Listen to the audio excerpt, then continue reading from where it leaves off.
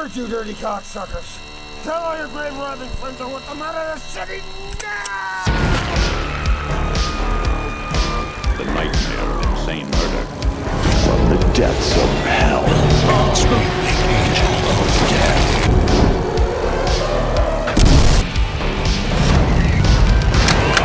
Only at the Grindhouse. Good morning, everyone, and welcome back to Grindhouse, where we drink coffee and talk about movies. My name is Shawn, and today with my girlfriend and co-host, Leah Diana, we will be winding back the reel to 1979. A psychopathic killer terrorizes a babysitter, then returns 7 years later to menace her again in When a Stranger Calls. Let's get into it. On a warm September evening, Dr. Malakis? Jill Johnson was babysitting for the two young children of a wealthy doctor. Okay. Bye. They told her where they would be and when they would be home. They told her everything she had to know, except what to do when a stranger calls. Hello? Have you checked the children? What? Hello, could you get me the police? Well, there's really nothing you can do about it down here. Have you checked the children? He's watching me through the windows. Well, if he calls again, we can try to trace it. Why haven't you checked the children? Please, can't you help me? I'm all alone here.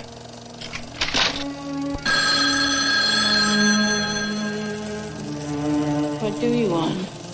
Your blood. Leave me alone! Jill, this is Sergeant Sacker. We've traced the call. It's coming from inside the house. Jill, just get out of that house.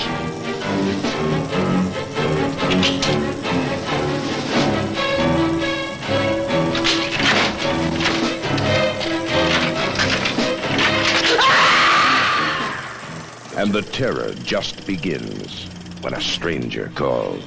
To menace her again? To menace her again. That is the official synopsis according to IMDb.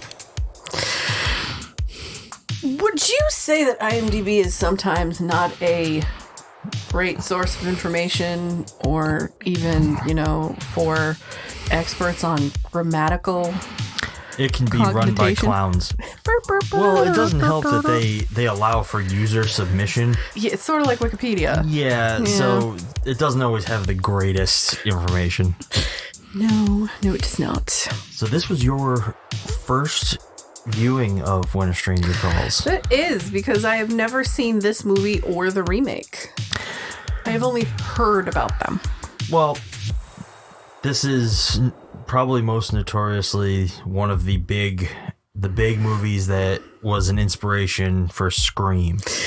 Yeah, I can definitely see that now. Most specifically, the opening, what was it? 23 minutes. That's what it says. 23 minutes of this, but I think it might be the opening 15 minutes of Scream. I don't know the exact runtime. But what I think is funny is this is called the best 23 minutes of horror film history. Can you see why? Yeah, I can actually see why. Because once that whole scene is over, the movie gets really boring and reminds me of Death Wish. It's kind of funny you say that. Why? Well, it didn't remind me of Death Wish so much. I get where you're coming from with that, because it essentially turns into like a... It's like a revenge film. Well, sort of, but it turns into like a procedural, like cop hunting a killer kind of thing. But it started to remind me more of Maniac, which is another movie you haven't seen.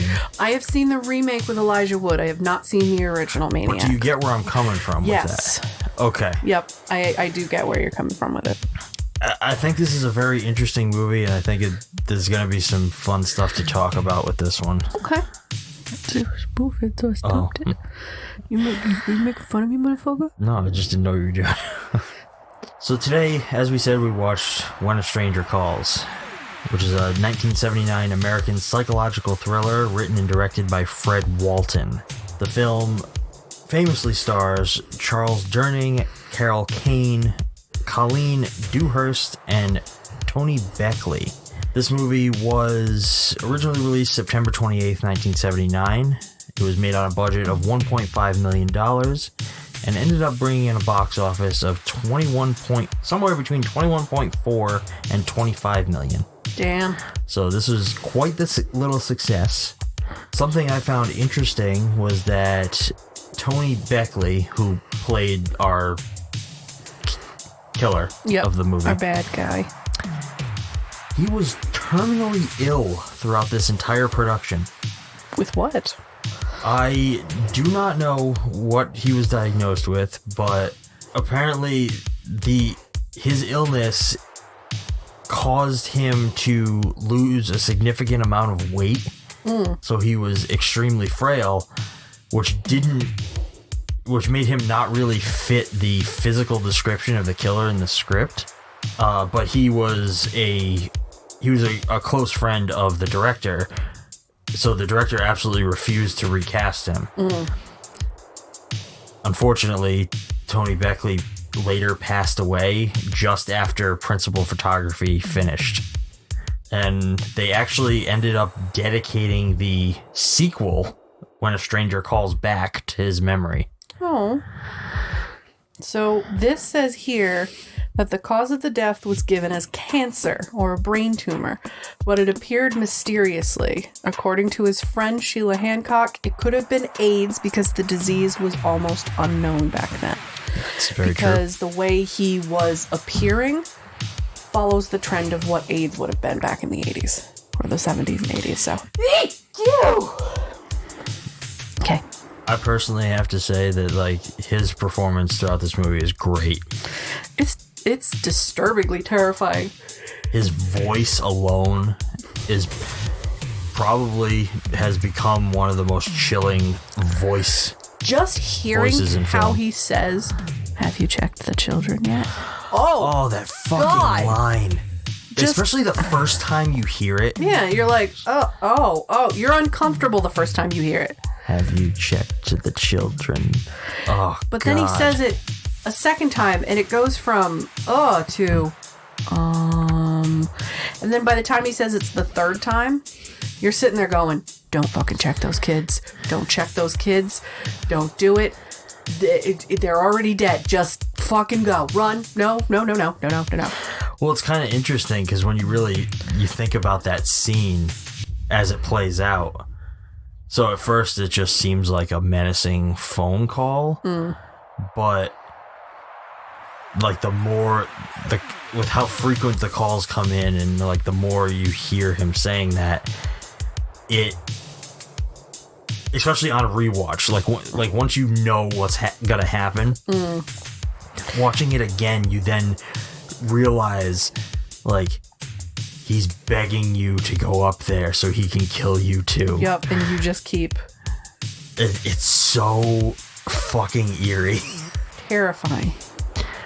Now, the thing about this movie, like you said, it's notorious for these first 23 minutes, these opening 23 minutes of the film. So it's essentially the first act. If you were to break this into 3 acts, you have the opening, this notorious opening, followed by the second act, which is basically a cat and mouse between the detective and the killer, and then sort of cat and mouse. I use that term loosely. And then the third act is the big finale. So this movie is famous for the opening. After that, most people don't really like the way the movie goes. And I can understand why. This is so much so that when they remade this movie in 2006, the entire movie is the opening scene of this version. And the opening scene of this has been featured on so many shows. Yeah. Just the countdown for Shudder, and I believe it's in Search of Darkness. Yeah, I'm pretty sure it is. I don't know which number it is. We've only seen number 1. I think it was in the first one. It had to have been, because we have 2 and 3, and we haven't committed to it because each one is like 4.5 to 5 hours long. Yeah. The first one took 2 days for us to watch because we're like, we'll start it at night, and then we're like, we gotta go to bed. We still have like 2 hours left to this. Yeah. Like, shit. Yeah. No, so like when they remade the movie, essentially they took that opening 23 minutes and they fleshed it out into a full hour and a half. I will be honest, having watched this, having known what those first like 20 minutes are, and now having watched this, I think the idea of the remake is much better than this movie. I like concept. it because it is a movie that is a just fucking slow ass burn. That's all the movie is. It's a slow burn. It's an adrenaline, edge of your seat movie. But you haven't seen the remake. I have not seen the remake, no. In concept, you're correct. It's a much better idea. In execution, not so much. Look. It hurts. Look. It's hindered a little bit. There are things about the remake I like. The guy that they got to play the killer in the remake is a bit of an unexpected casting choice, and like he's somebody that I had seen in other things. And you were like, oh. And I was like, oh, that's a cool choice of casting. But it's not as slow burn as you would like it to be, and it feels like a very early 2000s movie. Okay. I think we're going to talk a lot about this opening 23 minutes. Yeah.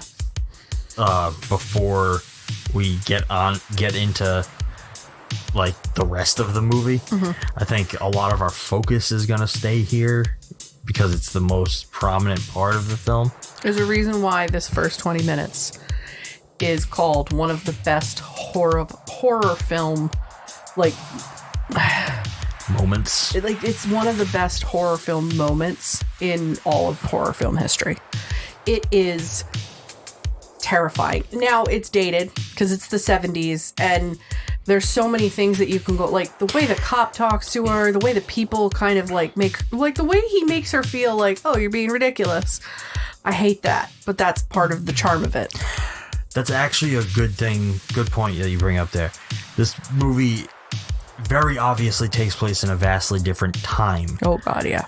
So, like you said, the people talk to each other differently. Women are kind of looked down upon. The thing that grabbed me immedately and set me back into late 70s with this was the protagonist is meeting this family that she's babysitting for the first time. Yep. On the night that she's babysitting for them. Yes. That would never happen now. You have to go to a website. You have to get you as the babysitter has to get vetted, background checks. Honestly, all of this shit. Back then, you just call Susie across the street, come watch your kids, you're going out. Babysitters in general aren't really used now. Most people just use family members or people they already know. Most people aren't going to hire some rando off the streets. And usually when you're looking for a babysitter, you are looking for a teenage or either like late teens, early 20s girl. You're looking for somebody who this is just a pickup job to help out. You're not looking for a nanny. You're not looking for somebody to watch your kids full time. You're looking for somebody. Basically, this back then was, oh, I just need you to watch the kids for a couple hours. That's it. Yeah. And you would professionally call around. Oh, hey, does Susie need like a couple extra bucks for like prom season?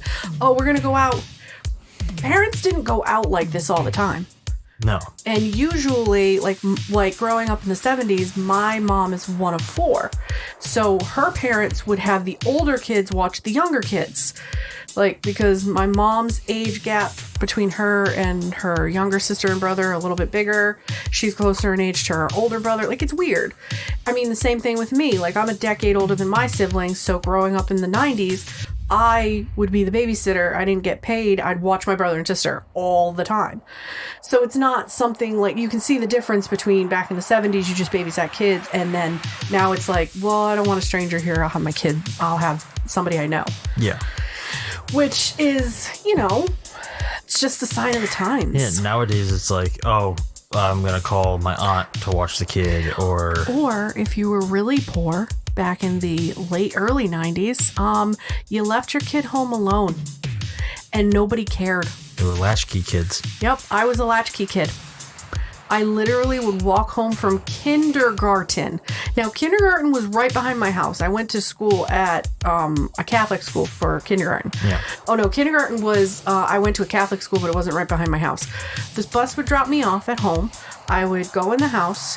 I knew how to peel the potatoes, put them on the stove, start them up. Right at a certain time. I knew that you had to take the food out of the thing to put it on the counter so it would defrost a little more, so when Mom was ready to come home, you'd make it. I knew when my brother and sister weren't around way back when. I knew I had to clean up. I knew I had to start the laundry. Like, I had chores at 5 and 6 that my nephew would never even would think you're being retarded. Back that up. My nephew would think you're being stupid for giving me these chores. I had to do these chores every single day. Well, to be fair, your nephew's a spoiled kid. Sorry, Paige. He's a little... She knows he's spoiled. She knows he's spoiled. But, like, I was one of those latchkey kids. We never locked the door. We always answered the phone when people called. It was a different era. It was a different era. I mean, I was born in 85, so it's only 6 years away from this film. Nowadays... Oh, I don't answer my phone. Door stays locked. Somebody comes around. The whole house goes dark. You pretend like you're dead. Yeah. I don't want people. Well, I don't care. We live in an era now where everything is terrifying. Like, we shine so much light on the dark corners of the world now. Like, we're constantly on the lookout for those who are trying to hurt us. Right? Like, that's literally day-to-day life now, like, and it's awful. We live in an okay area. It's not the best, but it's not the worst. And we still have to worry about some strung-out druggie going through our cars if they're hidden from sight. Right before our neighbor's wedding, the day before, all of our cars got broken into. Yeah. And it was a matter of our cars were hidden from the street. That's how they got in them. They were just looking for extra cash. I mean, there was plenty of equipment they could have stolen out of the car to sell, but they didn't touch anything. Thankfully, they didn't. Like, I had stuff strewn on the lawn. It was literally just like smelly things from Bed Bath & Beyond for the fucking car. Yeah. Like car clings or whatever the fuck they're called. Our neighbor, just all of her trash was strewn all over her car. But it's shit like that where the person that did it, they finally caught them. They were just teenagers. They were looking for cash. That was it. They had gotten a hold of a universal car opener, and that's how they got into everybody's cars. But it was only the cars that were hidden from the street. So if your car was on the street, they didn't hit it. But if it was hidden somewhere else, they got it. But it's stuff like that back then, you didn't lock your car. You left your keys in the visor. Right. Like, up until I was maybe about 6 or 7, my parents had one of the cars that the keys were in the visor. Like, it was no big deal. You didn't lock your doors. You didn't lock your cars. My sister, until she had money stolen out of her car, would leave her purse in her car unlocked because she lived in the really nice area. Well, now the really nice area is getting hit with people getting their cars broken into the same time we did. Yeah. And she was like, yeah, they stole all the change out of my car, but that was it. Well... And I was like, you leave your purse in there unlocked. To be fair, if you have any measure of intelligence whatsoever, I'm not saying Paige is stupid, but... What I just tell you 20 minutes ago while we were watching a YouTube video. Yeah, I know. She is book smart. That girl is not street smart. If you have any measure of intelligence, you're gonna think about, if I'm a criminal, where am I gonna go break into people's cars or houses? The poor part of town or the rich part of town? You're gonna want to hit the rich part of town, but you've got the risks where this doesn't happen. Our neighbors just got one too, and they're everywhere. You have Ring cameras, home surveillance, not just like ADT or any of that shit. You've got these handmade kind of Google Ring Nest kind of situations where we have 2 friends who you walk in the house, you go, Alexa, turn on this light. Alexa, do this. Alexa, lock the front door. Alexa, do this. Like, old technology. They can see what's going on in their house anywhere they are. Doesn't matter. If they're on a cruise, oh, that was the dog. That's fine. They're a very tech-savvy couple. They are, but, like, you would never imagine in this... Like, that guy would have been caught instantly if there was a Ring camera or if there were cameras everywhere, because the people who own the place would have seen some dude broke in. Right. Like, I want to know, how the fuck did Duncan get in? That's a good question. That is and it's one that's never answered. Like, how? There are a number of ways, because the house had a lattice design to it. Yeah. So he could have climbed in, there could have been a window, but any way possible. But it shows the flaws of the thinking of, oh, we're safe, nothing will happen. That's another vast difference that I want to point out between this and the other one. So, in this original movie, the house that she's babysitting at the beginning, it's just an average, it's a little bit upscale, but it's in a neighborhood surrounded by other houses. Yeah.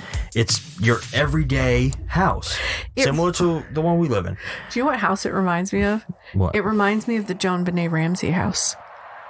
Because I don't it has even remember that, what that looks so like. it has like that lattice style of wood and the wood beams, and it has the plants. It's kind of dark. We watched the VHS copy, and it was kind of dark, but I think if we watched the Blu-ray, we'd see a little more detail.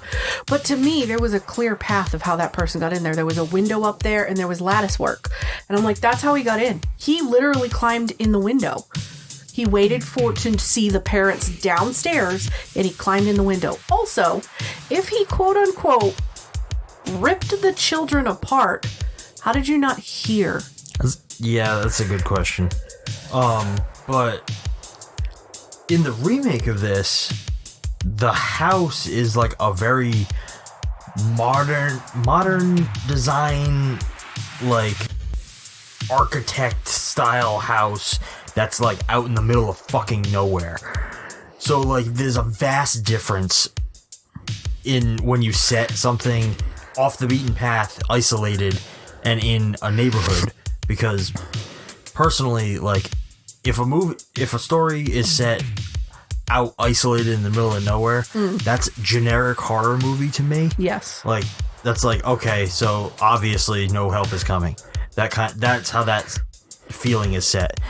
When you set it in an everyday neighborhood, it brings in the middle of New York, in a nice area in New York City. It brings the horror home. Yeah. Like it brings it much closer to where the viewer has to go back home and be afraid that this could happen to them. Yeah. I think that was way smarter in this version. Personally. It brings it home because we live in a suburban neighborhood outside of a major city. Yeah. We're not in the major city, but we're pretty close. Like, it's this, which is the city, and then there's another city, and then Providence is right there. We're about 10 minutes. 10 minutes from the heart of Providence. 10 minutes. Other places that you think about, if you're 10 minutes from the heart of Houston or Dallas or Boston, you're still in Boston. Yeah. You're still in New York City. Like, 10 minutes away from Providence. Now, if you go 20 minutes away from Providence, you're in fucking Western Coventry. You are in the boonies. Rhode Island is such a weird place to live because you go from these big cities like Warwick, Coventry. No, not Coventry. So Warwick, Cranston, Pawtucket, Woonsocket. That's a huge city.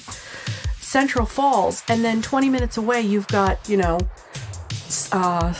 South County, you've got Western Coventry, you got East Greenwich, you got West Greenwich. Like, it's the only state in the world where Rhode Island is a weird state because a horror movie in this state, like The Purge, one of The Purges was filmed in like Woonsocket, Cumberland. It was I haven't seen all of them, so I don't know. It was the really political driven one. Oh, I forget which one. I think it's like number 3 or 4, but that was filmed here.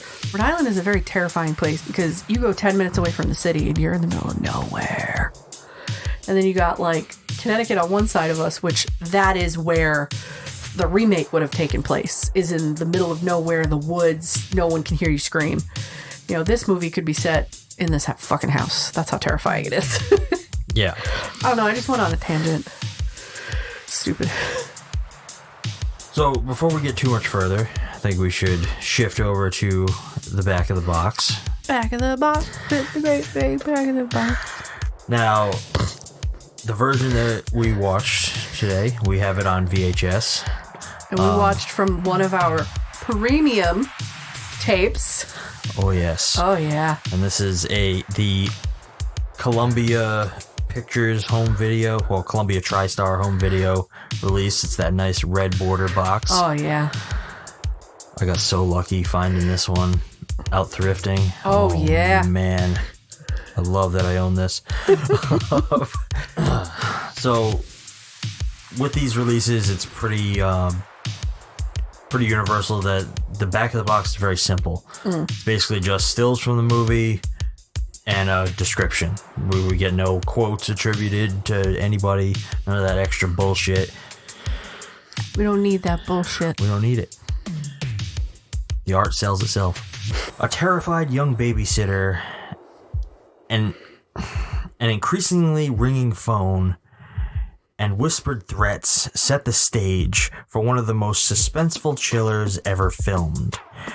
Carol Kane stars as the babysitter who is tormented by a series of ominous phone calls until a compulsive cop, Charles Durning, is brought onto the scene to apprehend the psychotic killer.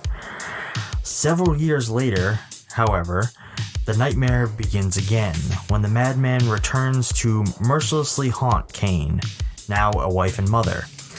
No longer a naive girl, though still terrified, but prepared. She moves boldly to thwart the maniac's attack in scenes that culminate in a nerve-shattering conclusion. 97 minutes, color. I take a few issues with that descriptor. Yeah, the description's kind of a lie. It's telling you who she is. She is a babysitter for 20 minutes. This movie's over an hour and a half long. So, 20 minutes of this are like the central part, and then she's not back until the last half of the movie. There's a whole big chunk where she's not about her at all. She's not in the second act at all. At all. So, alright. Our protagonist for this movie, she's your standard meek, like, simple, quiet girl. She's very reminiscent of, like, Laurie Strode in Halloween. Which, this came out 1 year after that, I believe? Year, yeah. Yeah. So, I actually ended up, by the time we see her again, towards the end of the film, I actually had a lot of problems with her character. So, like, at the beginning, completely understood, like, this is our character, this is our protagonist. One of them, at least. But by the end, I had a really hard fucking time believing that she would even entertain the idea in the first place of going out and having a babysitter watch her kids after what she lived through. Yeah, that was one of the big ones. I was like, wait a minute, hang on. Like, I understand it's been 7 years. So, like, yeah, maybe she loosened up a little, but no. There's no fucking way. Especially if you live in the same place. She lives in the same state. Yeah. If she had moved halfway across the country, sure. Yeah. All right, I would have believed it more. But no. Like, what the fuck? I don't believe for 1 second. Because it says that, oh, she uses her wits and she's strong. Do you see how she broke down? The description of this feels a little more like... So they're describing the opening of this movie, touching upon the second act, and then they're talking more about the second movie. Yeah. Because I know she's more of like a prepared badass in the second one. I saw no bad... I mean, she was pretty together as the babysitter, but as the mother, no. She fucking fell apart. She did. You know what? Rightfully so. I mean, yeah, that's a lot of trauma right there. Like, oh, hey, the dude that, tortured me when I was a child or a teenager, he's back again. That is terrifying to think about. Yeah. But at the same time, like, you're sitting there going, no fucking way in hell is she leaving those kids. I really loved the sound design in this movie. When the suspense picked up, I can actually describe what that noise was. Does everybody listening know the THX noise that would happen at the beginning of Star Wars films? That's the noise, almost like it, that plays when it gets suspenseful or something's picking up. But then it continues with like this orchestra in the background, and it is actually pretty fucking terrifying. Yeah, the sound design and the score both kind of work together really well, especially during that opening 23 minutes. Yes. They, like, the very first couple of scenes are actually very mundane. Babysitter comes in, parents leave, she's hanging out alone. She talks to, I think, a friend on the phone for a little while. Trying to get a boy to call her, which I was like, yeah, that sounds like babysitter shit. And then there's that initial phone call. The first time we hear him say, "Have you checked the children?" Have you checked the children? Like, no. Why am I supposed to? So, the way they do the sound in this movie, they utilize the silence really well. And I think that's the aim with that, is to like heighten that isolation that she is feeling. So she's alone in this house, kids are asleep upstairs, this is a new place, she's never been here before. They allow certain sounds to kind of grab your attention and consume you. Most notably, the phone. And it's interesting because Fred Walton, the director, actually made it a point to gradually increase the feeling of suspense by making each subsequent phone call ring a touch louder than the previous one. I was wondering if I was fucking crazy if I sat on the remote at one point, because I get the remote because I'm fucking deaf, okay? And at one point I was like, oh, okay, this is a good volume, and the phone just kept getting louder, and I just kept going, the fuck is happening? Well, his idea was that first time it's eerie, and then it becomes jarring, and then it's infuriating because he keeps calling. And it almost like it brings you to this like point of like madness because he's persistently calling again and again, scolding her. Why haven't you checked the children? Why haven't you checked the children? And like we said, it's because he wants her to come up there. Yeah. He's trying to lure her from the safety of downstairs. It's a game to him. It's so like, and then like afterwards when you are getting, because you never see anything in this movie, so when you're getting the description of what he did to the kids, oh my god, you're just like, oh, like that's what he was gonna do to you. Yep. It is so fucked up. I love it. I could just at that point, if I was her and this dude was like, I wouldn't have had children. I would have been like, nope, too afraid to have children because this man's gonna try and find me and kill my children. Nope. Yeah, it's really weird. Like that, the decision that they made with her character, Jill, right? Yeah, with Jill's character is very strange. Like it doesn't add up. It almost feels like two separate people. So I can answer that. Mental health back then was not, nobody looked at. It was not a thing you looked at. Look at this dude. He's obviously has a lot of mental issues. They threw him in a psychiatric place where, describing what he was going through, they did shock therapy, they did electrotherapy, they gave him all these pills, they sedated him constantly. He was just a teddy bear while he was in psychiatric hold because he was drugged up as fuck. That was their idea to deal with mental health back then. So you're thinking this girl went through all this trauma. There was nobody to counsel her, none of that stuff that they do now. Sure, they had like psychologists and all that stuff, but it's not what it is today. So in my mind, to her, okay, I've had trauma, I just need to put it past me and get going and just continue life because this is what society told me I have to do. I have to get married, I have to have children, I have to have a good job, I have to be successful and pass everything to them. If this happened to me as a teenager, you bet your ass I am childless and I am living somewhere where no one can find me. So you actually touch on something that I want to talk a little bit about. Okay. Because I found this extremely interesting. Now, this isn't the first time I've seen this movie, but this is the first time I've seen this movie with an analytical brain. Okay. So, like, I saw this when I was younger. Like, why am I not fucking surprised? Not a little kid, but like, what were you, younger. like 7, 8? No, probably like double digits somewhere. So like, 10. I don't know, but I'd seen it in passing. Like, it was never a favorite movie, and since most of the movie after the beginning is kind of dull, I can understand why. Yeah. But watching it this time, I found something very interesting about the whole second and third acts. Okay. So the film is kind of attempting to deliver a unique viewpoint on like that slasher format, which was something very new at the time.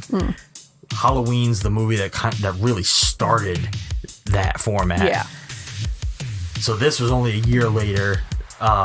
There may have been a couple others around the same time, because once Halloween was a success, everybody tried to cash in on that. Yeah. Now, the first act of this movie, basic stalker home invasion style experience, which it's one of the first. Yeah. As we move into the second act, it takes things in a new direction. It starts to become more of a procedural thriller, private detective, suspense. Yeah, tracking down a killer. But what's more interesting about this part of the movie is that it also chooses to allow you to become familiar with who our killer is as a character. Rather than keeping him hidden away from us, like unseen, like just this threat against our protagonists, we are given him as a man, not just a monster. So we start to see him as he's beginning to slide back into his old habits, but we're learning about him as a person. So and this is why it reminded me of Maniac so much. Is because Maniac kind of puts you in the point of view, like the remake literally puts you in the point of view. Yeah. But it puts you alongside the villain, the antagonist of the story. So this middle part of the movie does a similar thing, and it humanizes the killer in a way that most other movies don't even try to. So it's, in a small way, it kind of makes the opening and ending sequences more impactful, because then you understand the deranged mind that's at play in these situations. Now, they said he was a fisherman, right? I honestly don't even remember. I think they said he was a fisherman, and one of the things that intrigued me about that was, as a fisherman, he would be like trapped or confined for a while. Yeah, that's true. Let's see. Yeah, they had mentioned that he was a long haul fisher or some sort of fisherman. That would make sense. To where it makes sense for the spiral that he goes down, where he was like, I'm hidden, I'm alone, I was never born.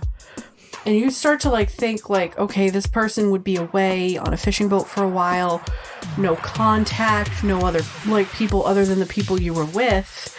So you kind of became invisible to your friends and family because you weren't around. Right. I would like, and I don't like sequels or prequels to stuff, but I would like a little more knowledge on why he acts the way he does. Like, why the director or the writer feel why was he a troubled human being? I would love to know that, because that would give us more insight into why he felt the need to rip apart a 3- and 4-year-old. Yeah. I find the direction that they took interesting, but at the same time, it does eliminate some of the fear of the unknown that I personally love so much. It's always more terrifying when you don't know what kind of madman is pulling the strings. Yeah. So, which the remake goes that direction. But I think by the end, you don't know shit about this guy. Still, like, and that's what makes that scarier. In the opening, you don't know anything about this guy. He's he's Billy from voice. Black Christmas. Yeah, he's just a voice. Yeah. That's all he is. And then in the second act, you learn a lot about him, and like you actually spend time with him. You almost start to feel bad for him. You feel pity. But then all of a sudden he snaps, and him going after Jill, it's like, why did you build up all this character backstory and this juxtaposition for him to just slide back and become this horrifying monster again? I don't know. It's weird. Interesting choice. Like, I think maybe they were trying something different. They found something different with those first 20 minutes. I will say, as someone who's just seen this movie for the first time, and the first 20 minutes were hyped up pretty big by a lot of big named people, I think this movie was kind of bad. As a whole, or? As the last two acts.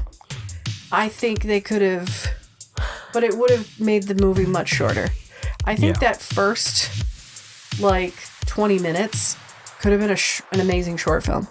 Agreed. And we didn't need the rest of it, really. And the last 20 minutes could have been its sequel. The sequel to that story. That short film. Because I don't believe that Carole King is a 17-year-old girl when she's a babysitter, because I know for a fact in this movie she was 21, 22. Yeah. It's like some people can get away with that. Oh, okay, you're 20, you're playing a teenager. All right, fine, whatever. But there's something about that woman, because the first time I ever saw Carole King was in fucking Princess Bride. To me, I'm like, well, she's just a little old lady. I think she just, her presence is very, experienced. Her voice also takes me out of it, too. Yeah, because she has that, that wonderful, hey guy, how are you? Like, that kind of voice. Lisp, but it's she has this speech pattern that's very... It's interesting. I love it. It's different. But for this movie, no. I even think the person they got to play Tracy just really didn't put me in the seat of why is this man obsessed with her? That I can actually answer, I think. Okay. I think he was gravitating towards her because she was isolating herself. Okay. She was a woman that lived alone, was going out every night, drowning herself in booze. Yeah. Alone. She would go to this little bar near her apartment and drink. I believe she walked 10 miles to get to this goddamn apartment. It's a movie. I don't think it was that far. What the fuck? She's in heels, too. But I think that's why he felt like he wanted to be close to her, because she was similar to him in some way. I'd love to talk about the private investigator, i.e., I believe it was the detective. He was initially the detective that... on the case with the children. Yeah. And then he became a private investigator. Yeah, he said when they did the time skip, he had left the force 3.5 years ago. So it was roughly 4 years after the thing with the kids. Yeah, and he'd never been the same after that case, and he just couldn't do it. Which I was like, yeah, if you're the person that has to go investigate a case where children were ripped to pieces. Yeah. Why did they put him in a psych ward? That man should have been thrown in maximum security and the key thrown away.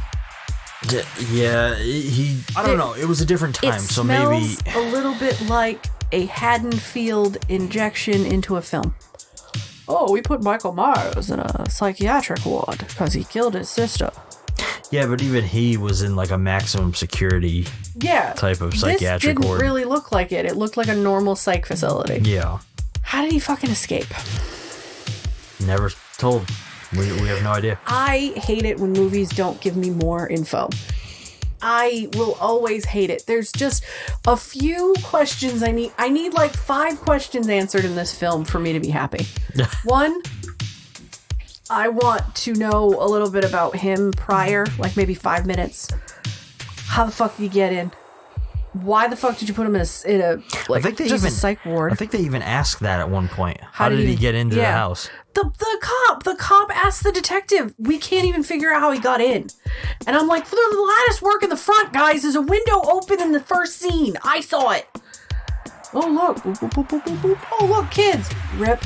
Yay. Like, I mean... Do you think he was just trying to make confetti out of her? He saw it at a children's birthday party once and was like, piñatas! That's entrails, not candy. Gosh darn. Oh, God. Can you imagine if he saw the world through, like, a different perspective and ripping children open was like, God told me I have to kill the children. They're plagues. They're menaces. Like, he in his mind, like, had these glasses that, like, clouded him. Those are cop-out films, and I fucking hate those kind of films. Like, oh, well, it was the parent all along. Get the fuck out of here. Go. No. Although that dad was really fucking creepy in the beginning of the film. Mr. Melanakis. He's like, oh, there's low-fat yogurt. Get out of here. You're not stopping the babysitter. Go. Your kids are already dead, so it's not like you can corrupt them. Oh. So shall we get into the breakdown? Absolutely. So Jill Johnson is babysitting the children of Dr. Mandrakis. Not Milanakis. That's a whole different asshole. Melanakis. Andy Milanakis. Andy Milanakis? Yeah, Help me. He was a fucking, like, really foul-mouthed kid. He had his own show. In, like, 90s, late 90s, early 2000s. What? Hang on. I went for a detour for a second. Who the hell is that? He was very famous for a little while. Oh my God, he's 50 years old. He's 50 years old now. When the children are asleep, Jill starts to receive telephone calls from a man who keeps asking her if she has checked the children. Jill initially dismisses the call as a practical joke. However, he keeps calling again and again. The calls increase in frequency and threat level, and Jill becomes frightened. She calls the police, who tell her to try, next time he calls, try and keep him on the line long enough for them to trace the call. Mm-hmm. So she receives one final call from this harasser, and immediately after the conversation, the police call her back and inform her that the calls are coming from inside the house. Probably one of the most infamous lines in the movie. We've traced the call. It's coming from inside the house. So she immediately kind of freaks out. She starts to see one of the doors at the top of the stairs opening. She sees the intruder's shadow. And we later find out that his name is Kurt Duncan. Mm-hmm. He's an English merchant seaman. And he killed the children shortly after she arrived. So they've been dead this entire fucking time. Parents didn't know. Maybe the mom should have checked on her kids before she left. Oh! You'd think they would have, but no, they were rushing out. They were late. Absent parents. So the police arrive. There's a bit of a time skip here, where like she gets out the front door. It's gotta be like an hour. Yeah, it has maybe to be a half like hour tops. She gets out the front door, and we transition.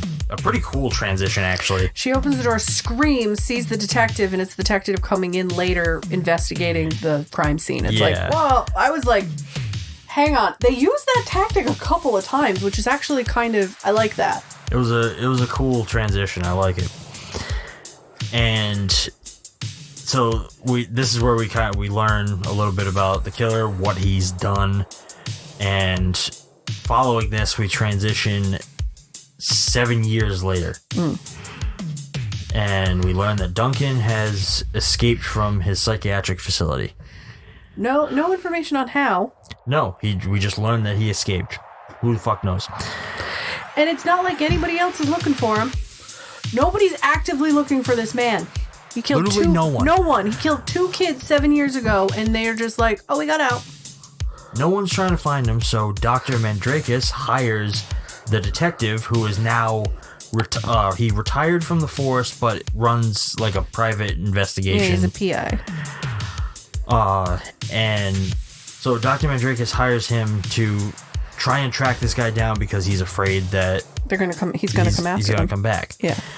Not knowing that this is happening, Duncan is basically just wandering since his escape. He's homeless. He's just wandering. He finds himself at a bar where he meets Tracy. Now, there's an altercation here because he kind of... I don't even think he's doing it intentionally, but he ends up, like, harassing Tracy. Yeah. And another guy in the bar sees this happening and, like, beats the shit out of him. Oh, God, yeah. And pours alcohol all over him. And, like, this guy is very clearly a hothead because he's even told at one point, like, stop it. Yeah, knock it off. And the bar owner tries to report a fight, and the guy's like, you're not reporting that. Yeah, and he fucking hangs the phone up on him. That would have solved everything right there if they would have just arrested him. Yeah, but no. After this altercation, Duncan actually ends up following Tracy back to her apartment, and he kind of explains to her a little bit, like, he's like that he's new in town, that he doesn't really have anywhere to go. And he said it several times, too. Yeah, and she can definitely tell something's wrong and gets a bad vibe, but she kind of, like, shows him pity a little bit as well. She tries to be nice to him, but she's, like, trying to get him to leave, hoping that this is the last time she's ever going to see him. Meanwhile, the detective, his name's Clifford. He's not a big red dog, though. I was going to say that. It's a big red dog. He's starting to become a little bit obsessed with trying to find Duncan. And he confides in one of his friends, who Lieutenant Garber. Who was on scene. Yes. At the crime. He was on scene at the original crime.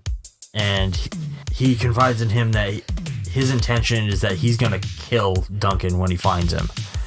Because recommitting him he could always just get out again. Garber, who, like we said, he was also at the original crime scene, he agrees to collaborate in the sense that, like, if he learns anything, he'll tell Clifford about it. Clifford, this is over a period of time, but, like, I'm gonna kind of let it abridge it because we're basically for a while just, like, watching the investigation unfold and, like, Duncan kind of wandering.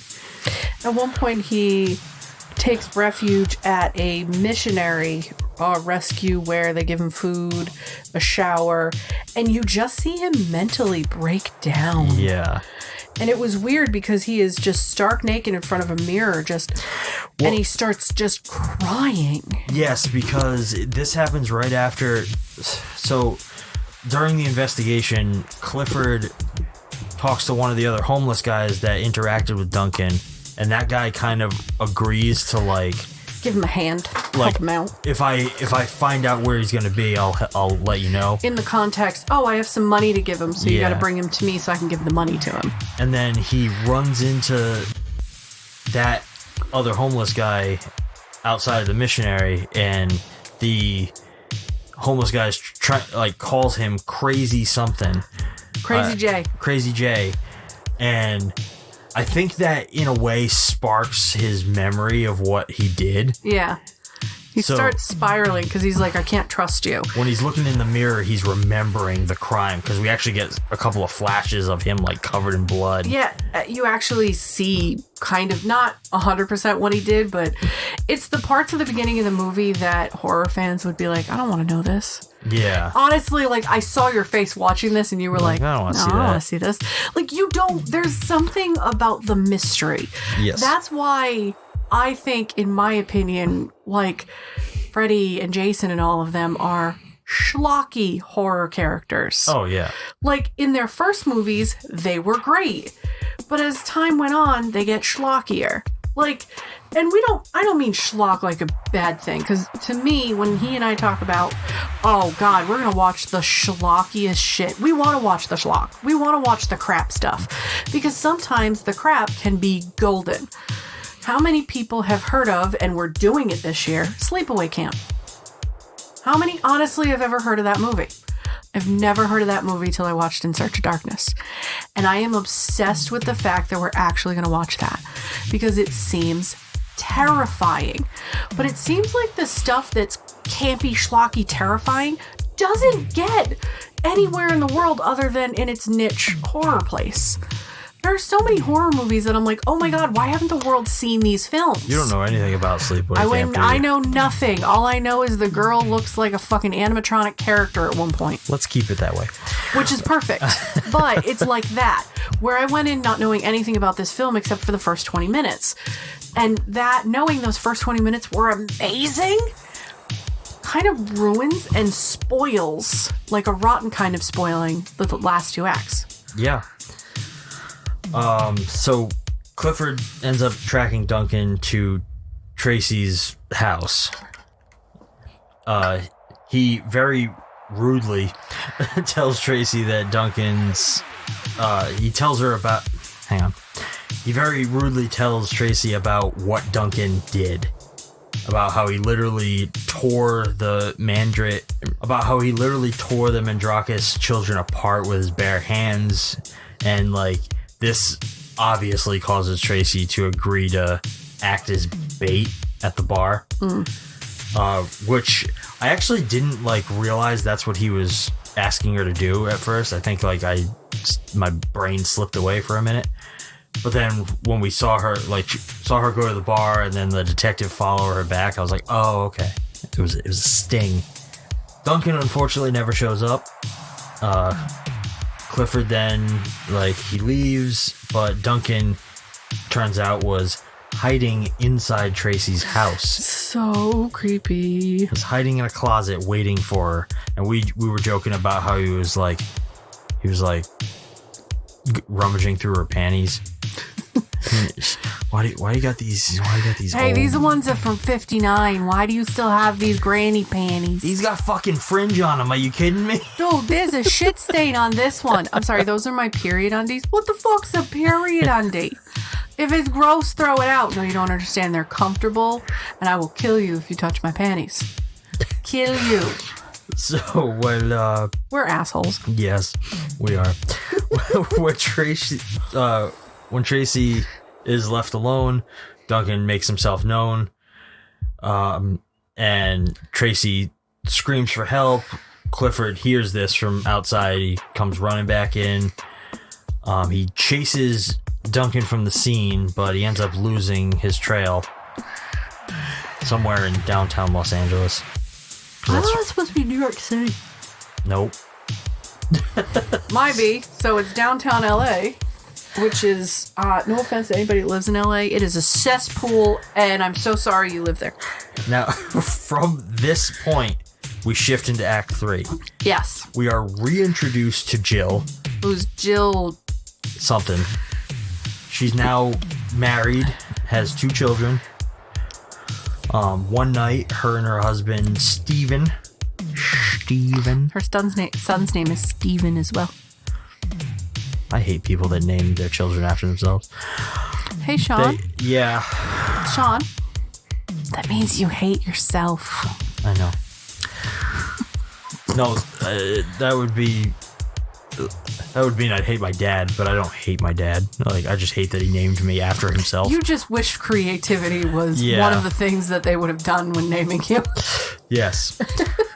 So they're going out to dinner to celebrate that he got a promotion at work. Their children are being babysat by a young woman named Sharon. Sharon. While they're at the restaurant, Jill gets a phone call, and the moment she hears Duncan's voice asking her again, "Have you checked the children?" she fucking melts down, and she just becomes a screaming lunatic. she causes a huge uproar in the restaurant. She's like, he's back, it's him. He has my babies.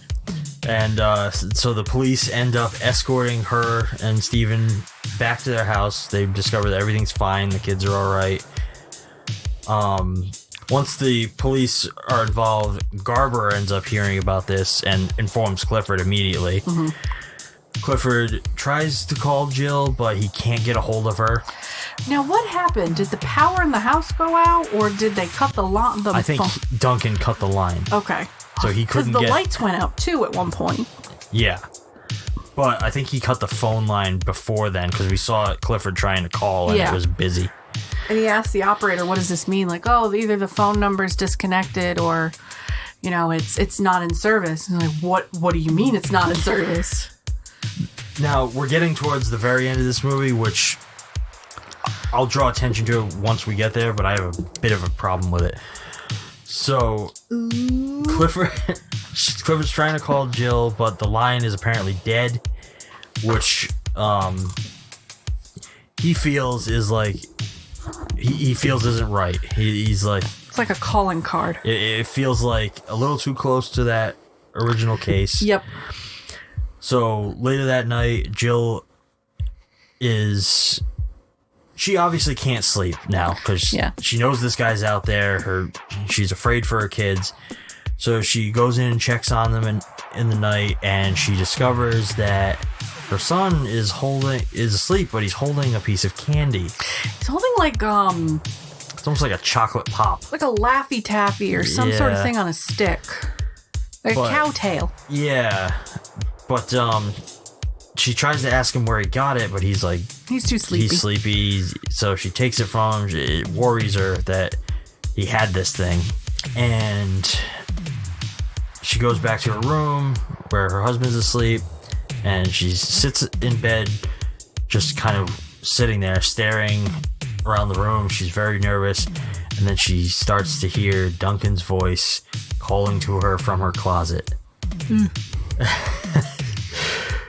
She tries to awaken her husband, only to realize that the man laying next to her is not her husband. It's Duncan. And if we're ever robbed, that's the noise you need to make.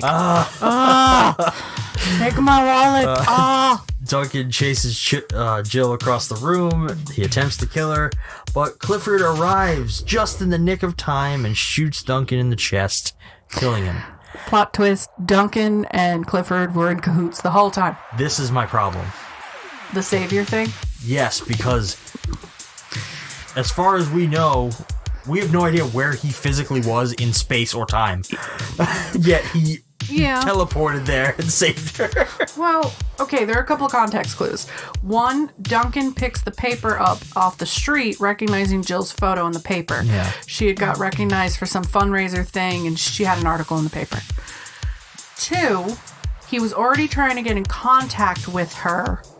Gerber was already trying to get in contact with Jill prior to any of this happening, so we don't 100% know when he cut the line. Yeah. So he could have already been on his way knowing that something was wrong.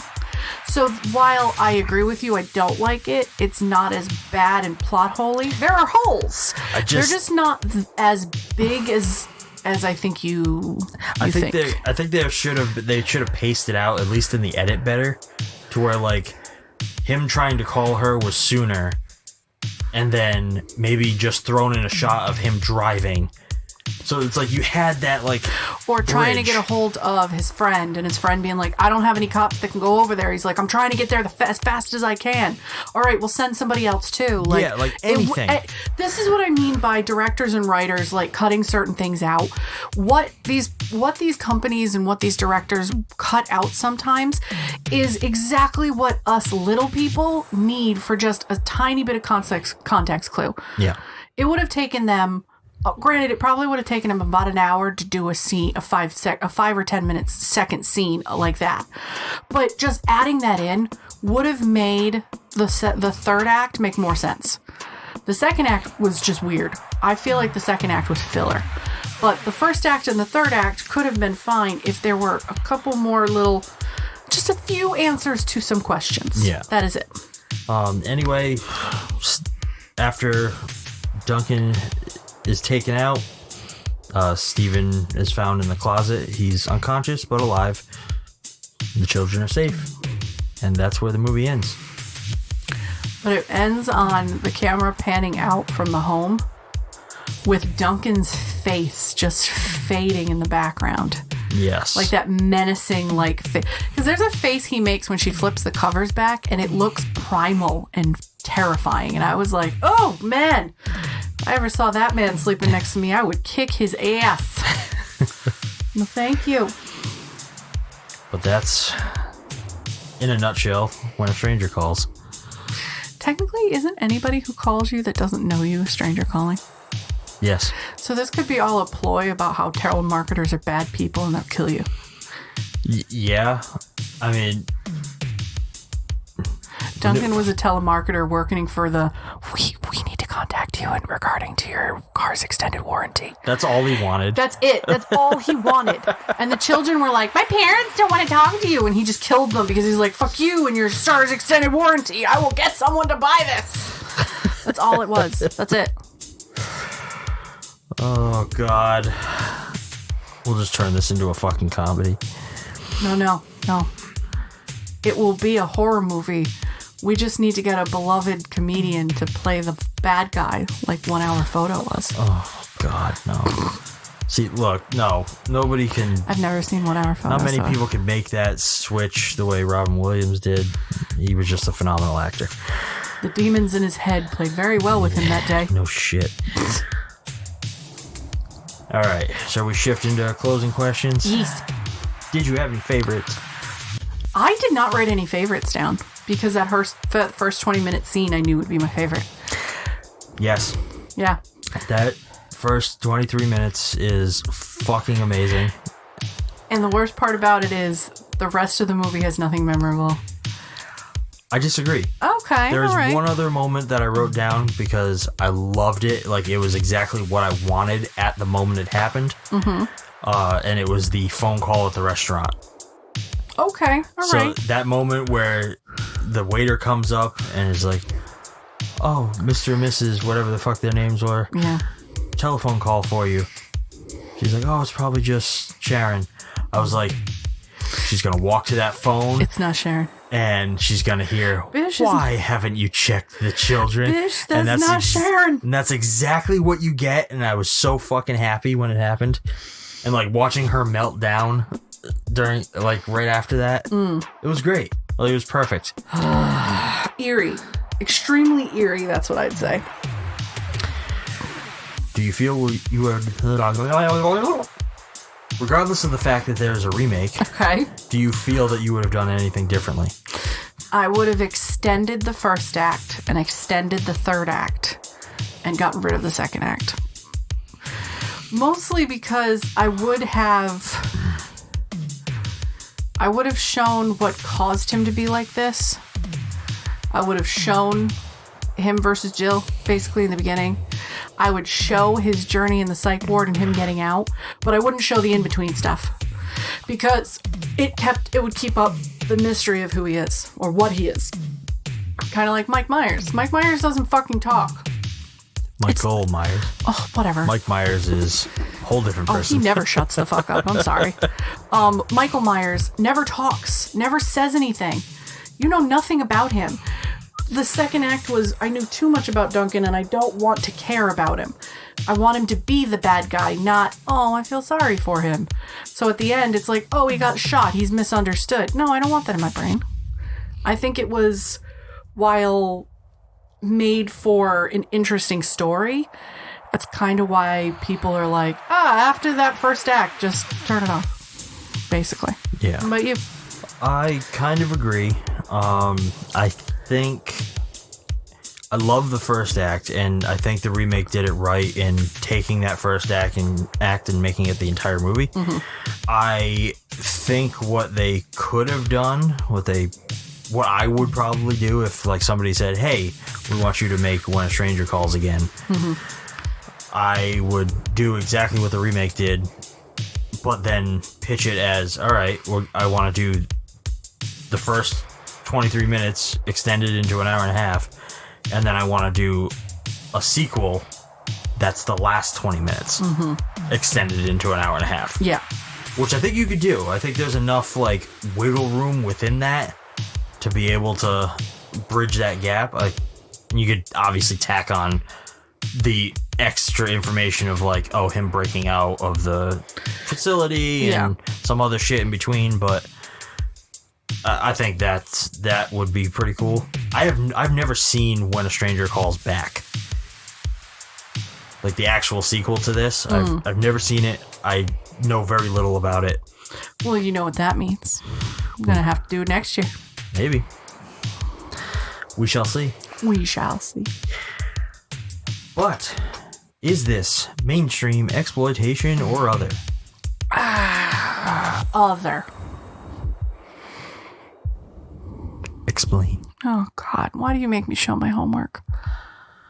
I believe it was a great idea, but to make it exploitation, I can't pinpoint what it would be because there are too many elements in it. It is a horror. It is a thriller. It does have some, like, ticks in certain boxes, like a home invasion exploitation, a babysitter exploitation, because surprisingly, that really is a thing. There's a lot of movies with babysitters. Tons. But I don't think it's a solid exploitation, so I'm going to say other. You disagree, don't you? I don't disagree.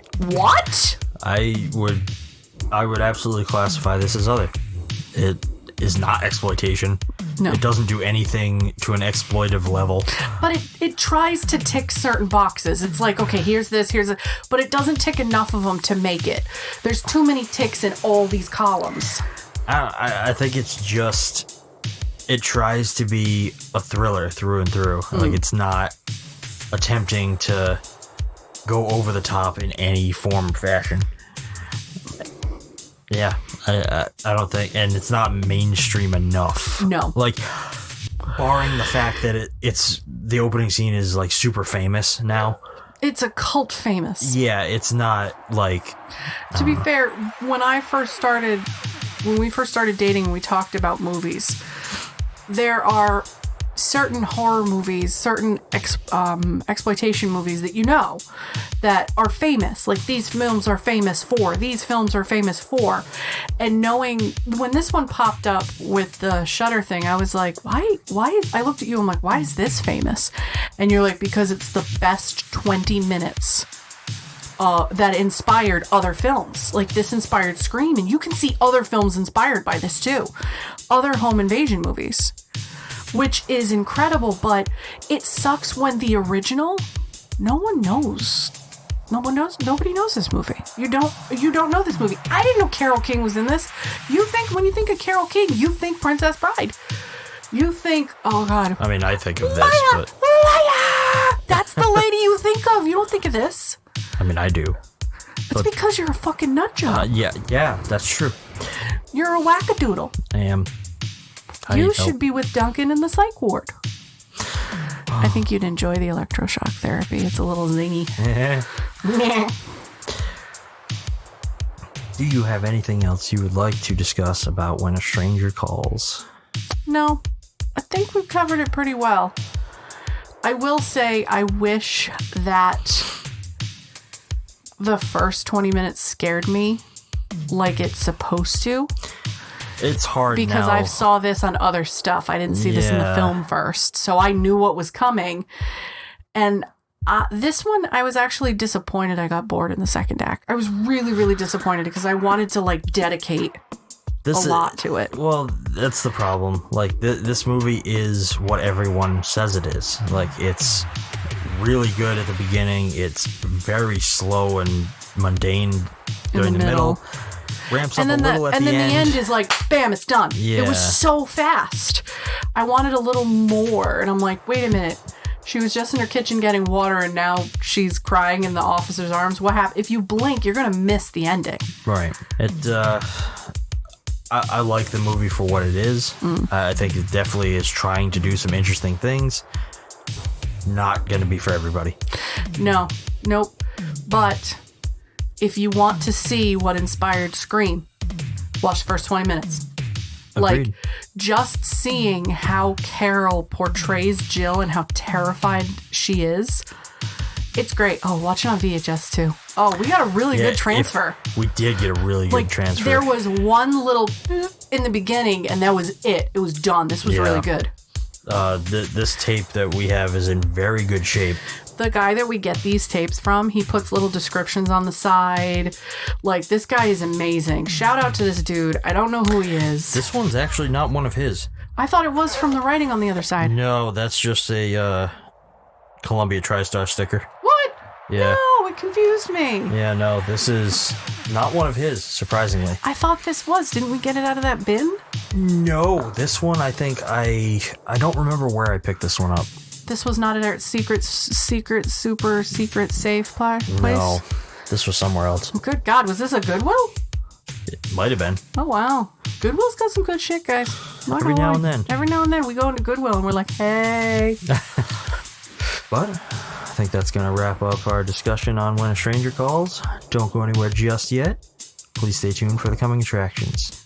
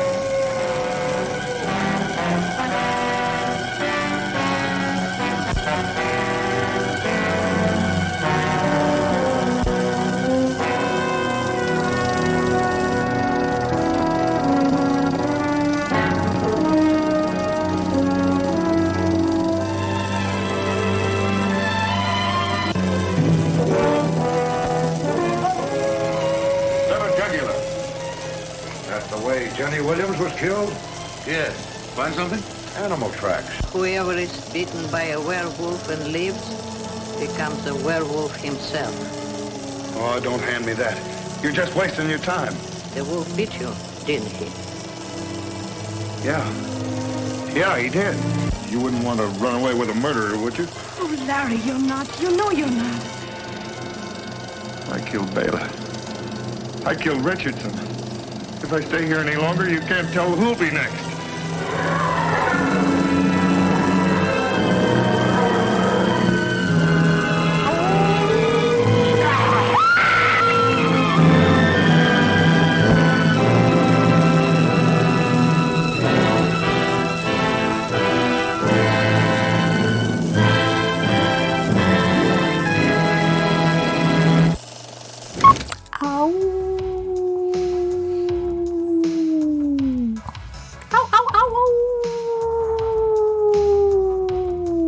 Getting spooky. We're getting a little hairy. So this is the first classic Universal monster we're doing. The Wolfman. I've never seen this, but this is another one that was on the Shudder list. This is one of the original transformation films. Yes, the classic Lon Chaney performance of Wolfman. The one that everybody praises. I've seen this a couple of times. I have never seen it. I've never been a gigantic Universal fan. I like them for what they are, but the classic monster movies, I have to be in a mood for. Classic monster movies to me are, you've got to know where your roots are. And if you really want to explore the roots of certain films like An American Werewolf in London, like, you know, even Trick or Treat, you've got to go to the original. And I've always wanted to see Lon Chaney's performance because it's revered, like Bela Lugosi's, as one of the greatest transformation Wolfman films. Yeah. We have a bunch of them. I don't think we have any Bela Lugosi, unfortunately, but we have Dracula. We have Dracula? Yeah. Why haven't we watched Dracula yet? I've never seen Dracula. Because you haven't picked it. Well, we're picking it next, motherfucker. No, but I've always liked the Universal Monsters. When I'd go to Universal Studios, I always watched the Universal Monsters do the Halloween performance, and it was really cool. And the Wolfman and Dracula are my favorites, so do Wolfman. Because I'm a nerd. I like puppies. Come here, Bobby. I think this will be fun to watch. It's, I don't know, it's always fun to kind of revisit the classic black and white films, in my opinion. I think that's going to do it for this episode. All right. Well, then, if you want to keep up on everything that we're doing, follow us on Facebook and Instagram at Grindhouse Podcast. We're on Twitter at GrindhouseCast, if Twitter's still active anymore. Yeah, does anybody use Twitter anymore? It's slowly fucking dying as Elon runs it into the ground. The inside. Thanks, Mr. Mouse. You can find us on Discord, where you can mostly chat with Leah about this film or any of the films that we previously covered. You can suggest us some movies that you might like us to cover on the podcast. We're always looking for suggestions. Always. Not that any of you listen or talk to us in any form. Hey, some people do. Do they? Does anybody care? Let us know. Honestly, if you don't, my mom I just did will say find it that funny. she was listening to the Santa Claus the other day, and she gave me a look. She was like, "So I'm listening to the Santa Claus." I'm like, "Is that the one where I talk about my trauma? And am I in trouble?" That's what I said. And she looks at me and goes, "I'm halfway through." I'm like, "Get ready for the ending." All the links for everything are going to be down in the show notes. Listen to us first thing every Monday morning and give us a rating on Spotify, Apple Podcasts, Google Podcasts, Stitcher, or wherever you get your morning fix. If you like what we're doing and you want to show this show some support, you can subscribe over on Patreon or directly through Acast, where you can get yourself access to ad-free listening and unlock some fun exclusive bonus content that we will put more of up at some point when, life allows. Until next week, I'm Shawn. I'm Leah. Thanks for listening, and keep watching. Bye-bye now. Bye-bye. Have you checked the children?